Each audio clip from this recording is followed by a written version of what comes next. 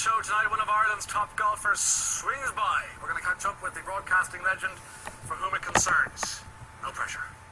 We talk to one of Tipperary's most versatile actors and comedians, and we meet the teenage superstar who has Hollywood and the world at her feet. We like music from Paolo Nutini, from Jerry Fish, and from Imelda May, not to mention contributions from our very own Late Late Show house band, ladies and gentlemen.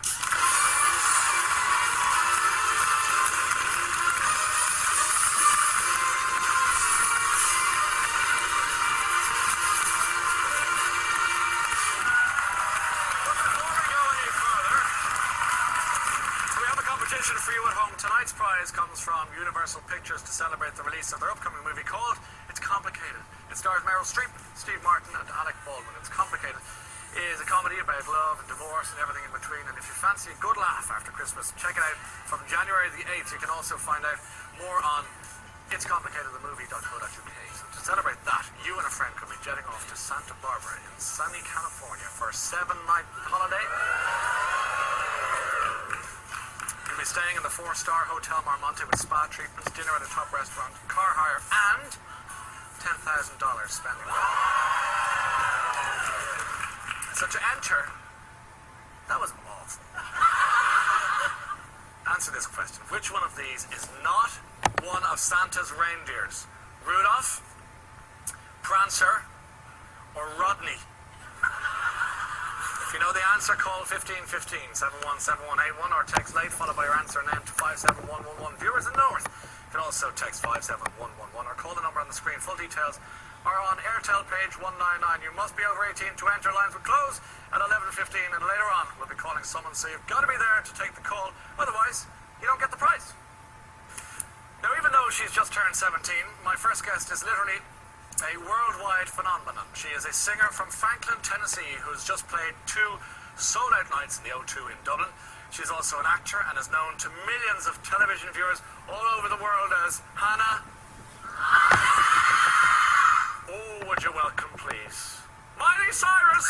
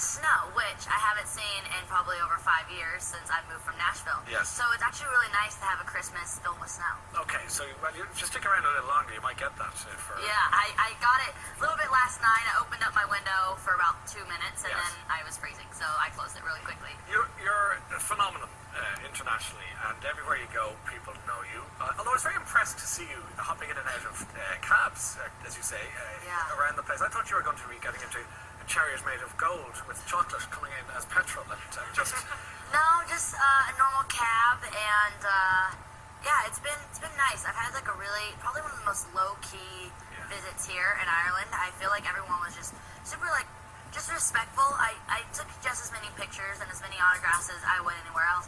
But it was just very like, you know, we did it and then I went off and I shopped and I got to walk through the park and I really like got to see all that you can in 2 days. So it was nice. And that's unusual for you because normally there'd be hordes of screaming Yes. fans and media people and so on pursuing it. Would that be the case? Yeah, usually it's a lot crazier. And there was like a little bit of paparazzi, but the first day was nothing. And I took my little brother to Top Man and we went and like walked around a little bit. And I think it was like a really cool place. I definitely want to come back, but for a visit.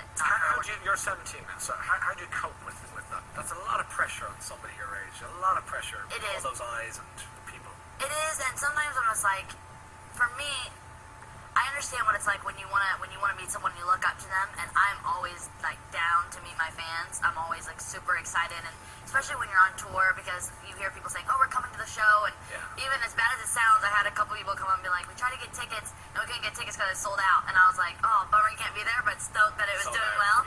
So that makes you excited and you get pumped. But then when it's other people that are taking your picture to get the bad picture of you or make you not look as as what people think you do on TV, when there's that kind of like media, that's not as cool. It's kind of mean, isn't it?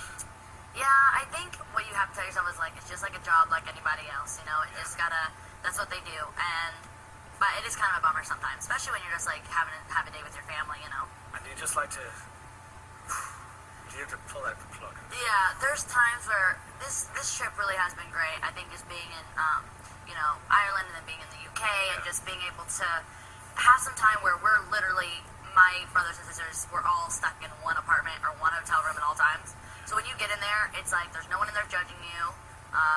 There's no one in there, looking at you as something other than a sister or a daughter. So that's cool. What do you do? You do you have a tracksuit or do you have something really ugly that you wear and say I don't care? I have a Sex Pistols t-shirt. That was my brother's that I wear pretty much every night, and I'm gonna admit, I kind of got addicted to spray tanning for a second, and I didn't realize that it would well, not right now because I'm really red, but the spray tanning, and then I wore it with the white shirt, and now it's like not really a white shirt, it's more like orange shirt, but it's still really cool, and I don't think I've ever really washed it because I'm scared of it, just not having the same coziness. Okay, so it's like your comfort blanket. Yeah, it's my favorite thing in the whole world. Okay, now, people of my generation will be familiar with your father.